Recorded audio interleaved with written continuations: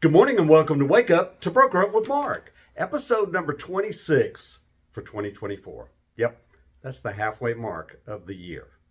We're about to enter July and 4th of July week.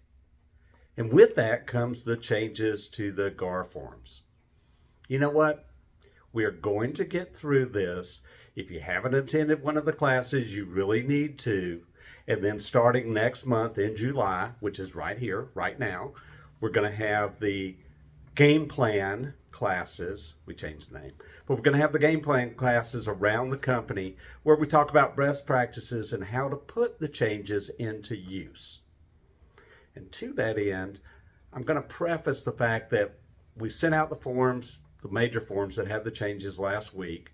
If you haven't opened that email, haven't printed that stuff out, please do, and please review it, because the more familiar you become with that information, the easier time you're going to have talking about it. You can practice on it with your kids, with your spouses, with friends, with relatives. Make sure that they understand it, and then you'll know that you're being able to convey the meaning properly, and you'll be able to do it to prospects, customers, clients, buyers, and sellers.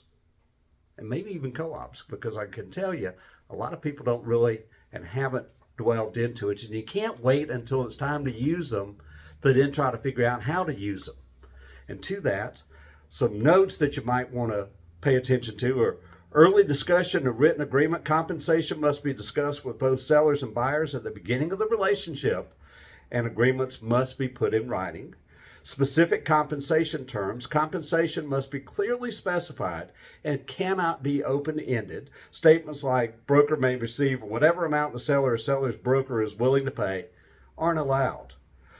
The terminology update, the term commission has been replaced with compensation. Learn to say compensation for professional service.